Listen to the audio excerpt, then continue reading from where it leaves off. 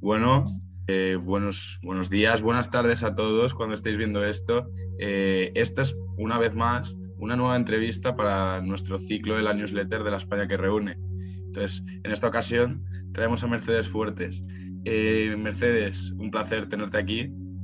Un placer, muchas gracias a vosotros y por supuesto a todas las personas que van a seguir nuestros comentarios y felicitaciones, ¿no?, por el trabajo que se está haciendo desde La España que reúne, que es indispensable. O sea que enhorabuena y ánimo. Pues muchas gracias.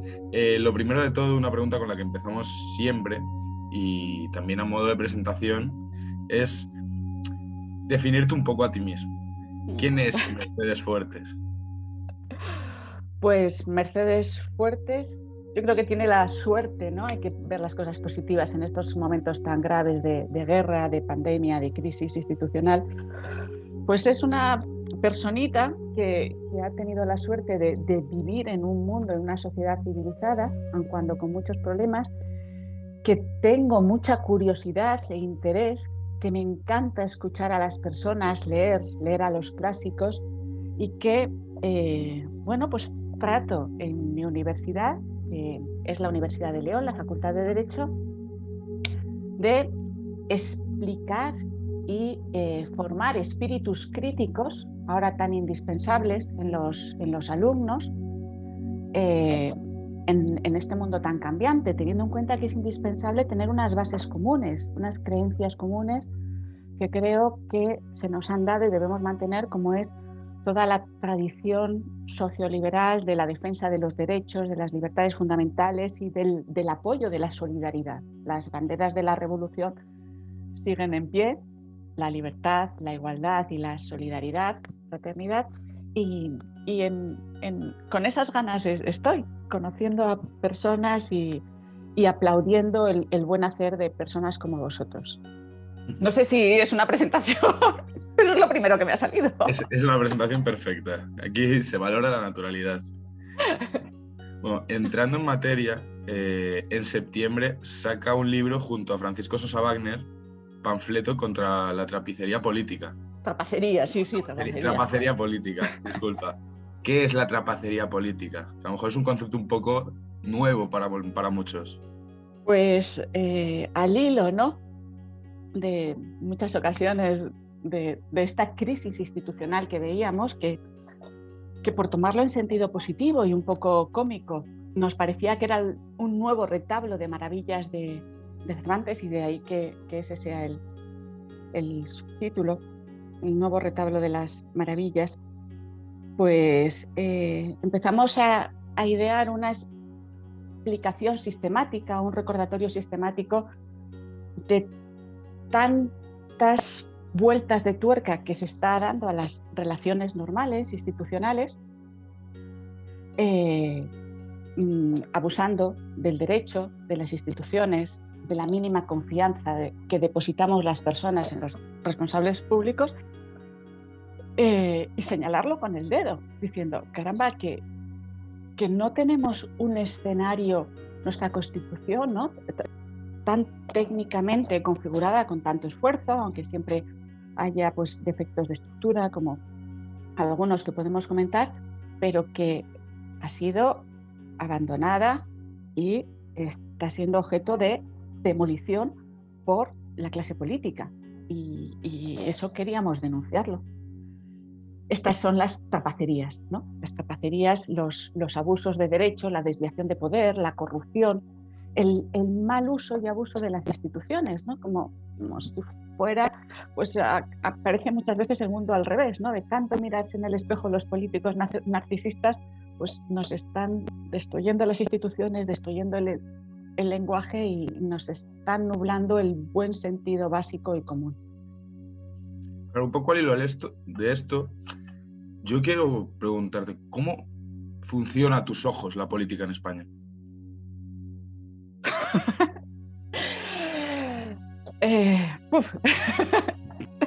Pues frente a una España, ¿no?, como vuestro Movimiento España, que reúne, de una sociedad abierta, ¿no?, que busca, ¿no? Pues la creatividad y reconoce la creatividad, el trabajo, el esfuerzo de tantos españoles, ya sean pues más ingeniosos o trabajadores, agricultores, ganaderos. Nos estamos encontrando con unos representantes políticos muy alejados de esa realidad. No es que estén ya en un metaverso, como se puede decir, ¿no? Porque están en un narcisismo y en una vanidad pues muy preocupante. Y entonces yo creo que a eso se ha llegado por una falta de formación.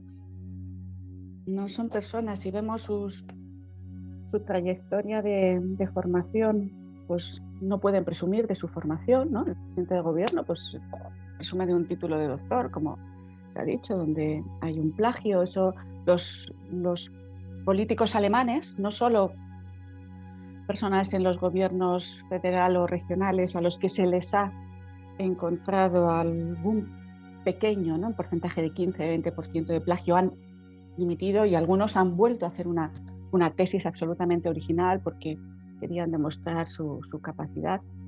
Aquí eso no se conoce, su trayectoria de formación es escasa y su trayectoria de trabajo. Hace muchos años ya, mi marido Francisco Sosa Wagner con Igor Sosa publicó un libro, El Estado Fragmentado, y fue prologado por Joaquín Leguina.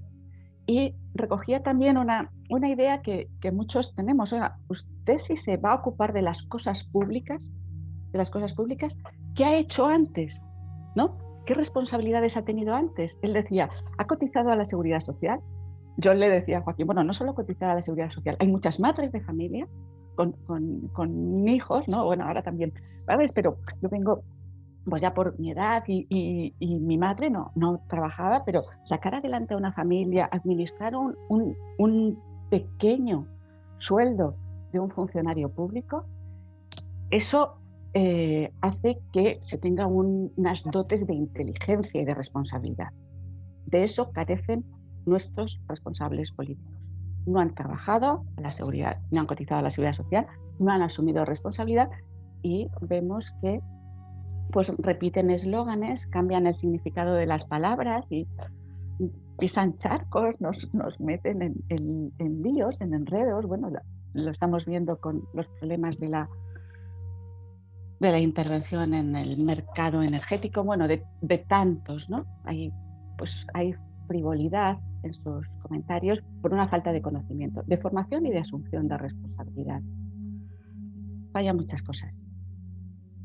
Bueno, hablas también de esa forma que tienen los políticos de maltratar a las instituciones, pues ya sea en un poco en todos los ámbitos. Ya entrando un poco más en las instituciones políticas, ¿han hecho los políticos que las cámaras hayan dejado de ser funcionales? Hablamos pues del Congreso como del Senado. Claro, totalmente, ¿no? Las cámaras deberían controlar al gobierno, y el gobierno es el que da indicaciones a la presidenta de las Cortes sobre si tiene que cerrar o no el Congreso. Con la pandemia, menos mal que el Tribunal Constitucional pues llamó la atención cómo tiene que cambiar el orden del día o en el Senado. Los representantes que se sientan en las cámaras no tienen una voz propia. Es lógico que en un sistema pues haya unas ideologías, pero lo que ocurre en España, de que se sabe de antemano cuál va a ser el resultado de las votaciones de las cuales no saben muchos diputados y senadores en qué consiste, no ocurre en otros parlamentos. No me voy a referir al Parlamento Europeo, donde, bueno, hay una grandísima libertad porque está prohibido, como en España, el mandato imperativo, y hay pues un proceso de decisión que quizá no sería muy largo para tantas cosas que queremos hablar, explicar en estos momentos, pero acabamos de vivir la moción de censura contra Boris Johnson. De su propia formación se ha votado en contra. En el gobierno, en el Parlamento alemán, en el Bundestag, es muy frecuente que, porque los diputados pues, son conscientes de lo que hay entre mano, tienen que asumir distintos intereses en juego, tienen una voz crítica y propia, que diputados pues, de la CDU con Angela Merkel pues, le plantaran cara, ahora también a Scholz, al gobierno tripartito, en la Asamblea. francesa o en la italiana o en la portuguesa. Es decir, que el diputado es alguien que tiene voz, una voz propia y que integra dentro de una ideología pues unas posiciones, pero lo que se está viviendo en España, esta degradación de las cámaras del Parlamento, pues es muy triste, es muy triste. Y todo por el sistema electoral, claro. Claro. Bueno, recientemente has publicado también otro libro, Metamorfosis del Estado, Maremoto Digital y Ciberseguridad. ¿Necesitan los estados esa metamorfosis al más puro estilo, podríamos decir, kafkiano, para adaptarse a esa llegada de la digitalización, a ese mundo que ha explotado de repente, parece, después del COVID? Pues sí, y más que Kafka, pues acudimos a los anteriores, ¿no? A Ovidio, ¿no? Todo, ¿no? Es mudable en el tiempo, ¿no? Y lo lógico es que pues, el Estado se vaya acomodando, y así ha sido en otras ocasiones, a atender, ¿no? Las necesidades de los ciudadanos según las circunstancias que se vayan presentando. Lo que está ocurriendo con el choque digital es mucho más de lo que ocurrió con la revolución industrial o con otras revoluciones, con el descubrimiento de América, con la caída del Imperio Romano. Siempre hay cambios, ¿no? Giramos, ¿no?, en una gran rueda. Y resulta imprescindible y así se está haciendo, ¿no? Desde hace más de 2 décadas, pues los estados son conscientes de estas debilidades mayores, ¿no? Podemos fijarlo en el principio de este milenio, ¿no? Con los atentados, ¿no? A partir de ahí, no solo en los Estados Unidos, que siempre van un poco, ¿no?, pues por delante por su agilidad y ansias de competitividad. Bueno, hay muchas diferencias. En la Unión Europea, pues desde esos atentados se estableció la necesidad y se advirtió la necesidad de atender a lo básico, a las infraestructuras críticas. Existe la posibilidad ahora no de que un Estado, sino una sola persona nos puede paralizar un día. Hay muchachos que han conseguido pues paralizar, como aviso, a Corea del Norte. Claro, no es significativo, pero sí es posible que paralizando los depósitos de agua, paralizando las infraestructuras energéticas, lo hemos vivido con hospitales, ¿no? Secuestro de instituciones, se paralice. Y esto es muy grave. Bueno, pues hay una normativa europea sobre protección de infraestructuras críticas, sobre unos esquemas de seguridad imprescindibles, sobre luego ya cómo garantizar la seguridad de los servicios básicos, no solo de esas infraestructuras críticas de energía, de transportes, sanitarias, sino también pues, de nuestra vida, de los alimentos, del funcionamiento de administraciones o de tantas empresas, con la seguridad de las redes. Yo en el libro, porque creo que el Eclesiastés lo dice bien, no hay nada nuevo bajo el sol, ¿no? Recuerdo también cómo con el cambio de milenio, pues, bien aun cuando haya mitos y cuentos de las cruzadas, la inseguridad de tantos campesinos, agricultores por el desmoronamiento, ¿no?, del Imperio Carolingio hace que primero se atienda a una necesidad de una tregua determinados días, que no hubiera vandalismo, que no se pegara a las personas ni se las robara, los conventos, las iglesias, los cementerios se protegieran, luego los mercados, pero también la paz del camino. Es una institución, como era la seguridad de las redes, que es imprescindible. Si no garantizamos esa seguridad de las comunicaciones, no habrá confianza, y en la confianza es el elemento básico, la pepita de oro de una sociedad, ¿no? Tener confianza para luego ya escuchar y respetar al otro e ir conformando pues, una sociedad abierta que defienda los derechos y las libertades públicas. En eso estamos, ¿no? En el libro pues recuerdo toda esa evolución para tratar de que me acompañen no solo pues, estudiosos del derecho a los que llamó la atención sobre tantos cambios, sino otras personas pues, interesadas en estos cambios que reflexionen, que piensen sobre ellos, sobre cómo hay que pues, reconocer un mejor poder a las instituciones europeas, porque el egoísmo de los estados pues, puede hacer quebrar esa seguridad de nuestra sociedad y bueno, pues todo el sistema financiero con las criptomonedas o estos nuevos dispositivos que nos sorprenden, ¿no? Con una rapidez, ¿no? Cómo va a influir en los procedimientos administrativos, en la justicia. Llamo la atención sobre muchas de estas consideraciones y bueno, pues me gustaría que se leyera para que fuéramos conscientes y también hablar sobre estos asuntos y pensar.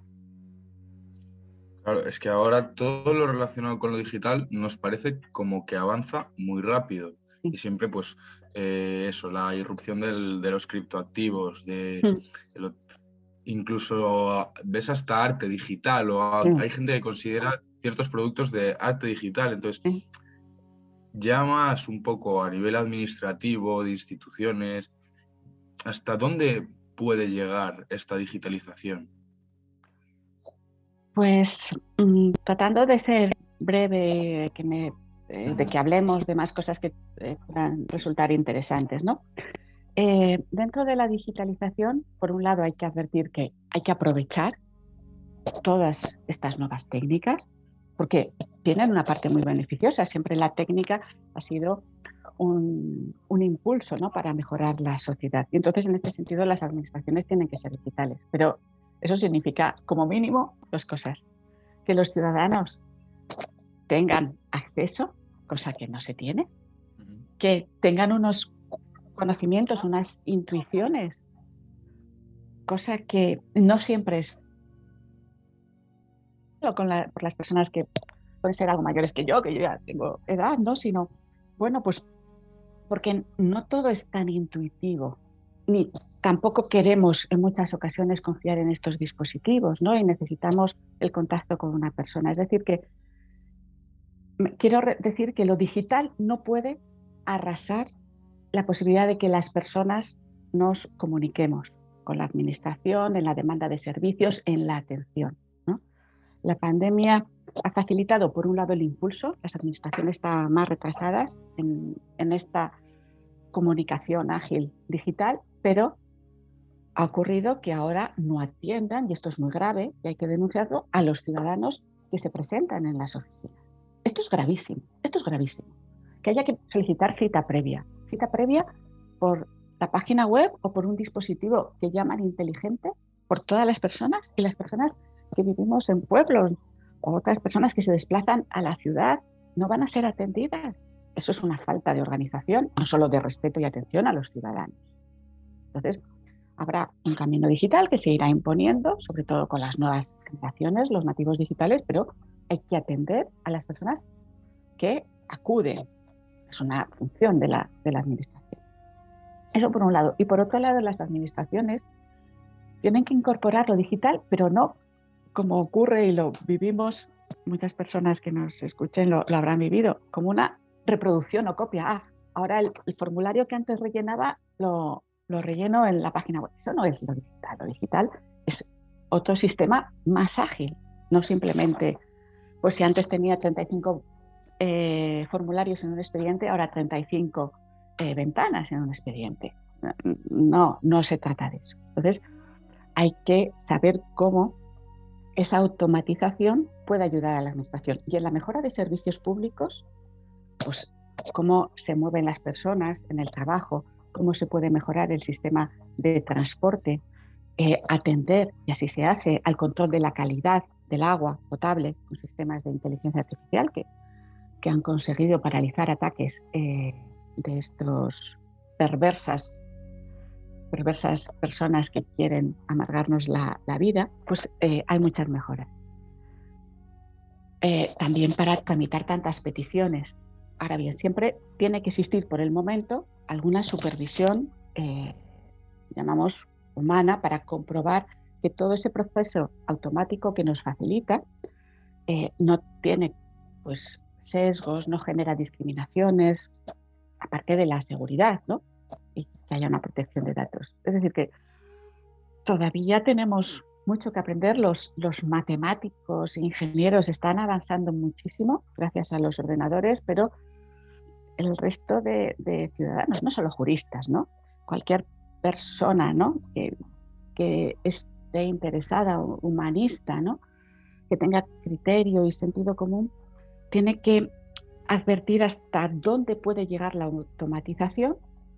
Y es cierto que se ha ultimado la 10ª sinfonía de Beethoven, como bien recordabas, hay obras de arte, hay poemas, todo por esta llamada o mal llamada inteligencia artificial, pero hasta dónde la creatividad humana tiene que mantenerse y protegerse para que esta sociedad que tenemos y de la que estamos disfrutando a pesar de la guerra y la pandemia, gracias a la lucha de tantos antepasados, pues la mantengamos para las futuras generaciones. Comentas casos de cómo se han podido salvar pues, ciertas infraestructuras de ciberataques. Recientemente no así le ha pasado al propio gobierno con el caso Pegasus. ¿Cuál es el papel de la seguridad en este tipo de conflictos o cómo un gobierno llega a la situación de que se le espíe o de que se filtren este tipo de informaciones desde fuera? Sí, bueno, es muy grave porque genera desconfianza, ¿no?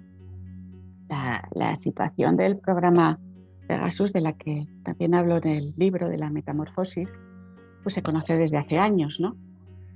Como desde hace siglos siempre ha habido pues espías que nos han entretenido con novelas o películas, ¿no? Pero claro, aquí pues parece por las informaciones que tenemos que se ha producido una cierta desconfianza del ámbito político del gobierno con quienes son los técnicos y profesionales. En España hay muy buenos técnicos y profesionales. Yo dedico el libro a las personas que trabajan en el INCIBE, en el mando conjunto del Ministerio de Defensa o en el Centro Criptológico Nacional. Hay magníficos profesionales en España de seguridad.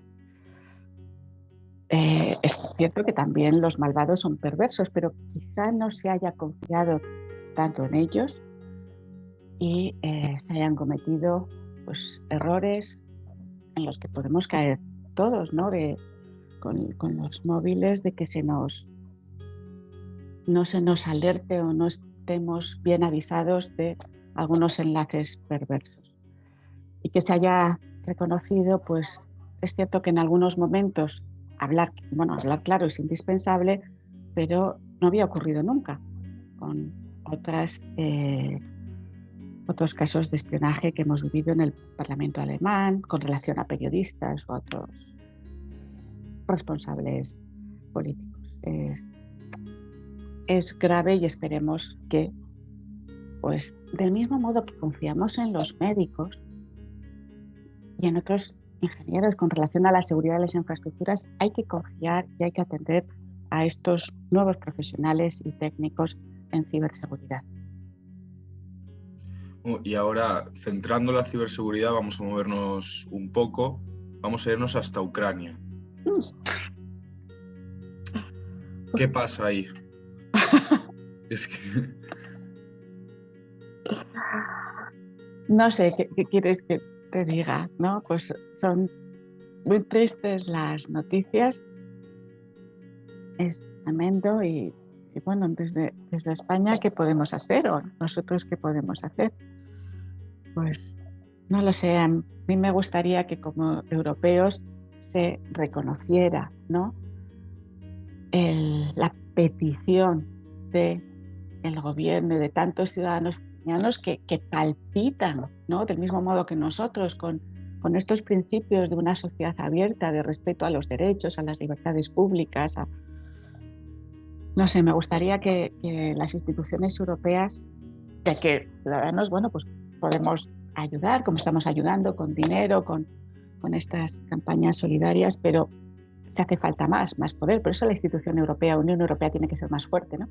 Que realmente hiciera gestos de apoyo a Ucrania, sabiendo que, bueno, pues tenemos a unos enemigos de las sociedades abiertas muy, muy fuertes, pero hay que saber en qué lado nos encontramos. En otras situaciones se puede hablar de terceras vías, determinada dialéctica, pero aquí me parece que debemos ser claros en la defensa del pueblo ucraniano que ha sido invadido. Con relación a la ciberseguridad, ya desde hace muchísimos años, yo creo que fue el 2004 cuando advirtieron la primera, quizá antes, pero yo de lo que tengo noticia, lo que he estudiado, la primera amenaza de tener en sus redes de transporte energético un virus informático, y de ahí que desde entonces pues hayan mejorado mucho en los sistemas de seguridad, y que a pesar de los ataques rusos para tratar de anular determinadas redes de comunicaciones, determinadas infraestructuras estratégicas o críticas, pues se hayan salvado con el apoyo también de empresarios privados, ¿no? Que han puesto a disposición satélites, muchos otros ciudadanos y especialistas han puesto a disposición pues redes y no sé qué decir más desde un pueblecito de la provincia de León que nos tenemos que formar y defender, ¿no? lo que son las bases, ¿no? de nuestra sociedad. Bueno, ya entonces, para dar un poco cierre a esta entrevista, he guardado, a mi modo de ver, la idea más curiosa, por así decirlo, del libro. Ese planteamiento de los 5 países más poblados son Facebook, WhatsApp, China, India e Instagram. ¿Tienen realmente estas plataformas, estas redes sociales, poder incluso para ciertos países u organismos a nivel internacional? Pues me refiero hasta en el sentido de sensación de inviolabilidad, como el caso de Facebook, a lo mejor con Cambridge Analytica. Pues tiene muchísimo poder, y es una denuncia que, entre otras, que hago en el libro. Siempre han existido grandes poderes privados fuera del ámbito político, ¿no? Los banqueros, pero ahora estas corporaciones no solo tienen un poder financiero mayor que el de los estados, sino que tienen también el poder de manipular, ¿no? a las poblaciones, que por eso recojo esa cifra, ¿no? En la que nos hacemos eco muchas personas, porque la base de la sociedad es la población, y si la población se encauza como un rebaño hacia determinado sentido, pues qué capacidad de creatividad original y de desarrollo de la personalidad tenemos, ¿no? Tiene muchísimo poder. Las instituciones europeas están tratando de que respeten los derechos fundamentales y las libertades públicas, la protección de datos. Hay ahora nuevas previsiones todavía que no se han ultimado sobre el control de los servicios digitales, pero es ciertamente mucho el poder, y bueno, hay que saberlo. Lo primero que tenemos que hacer los ciudadanos es conocer el poder y saber hasta dónde hemos entregado pues nuestro cuerpo y nuestra alma a estas redes que se cierran como silos y juegan con tantos sentimientos, ideas de las personas. Bueno, Mercedes, pues hasta aquí ha sido esta charla, esta entrevistilla. Espero que te hayas sentido cómoda. Ha sido un placer poder tenerte aquí desde la España que reúne, y muchísimas gracias por tu disposición para este encuentro. Gracias a vosotros, ha sido un placer.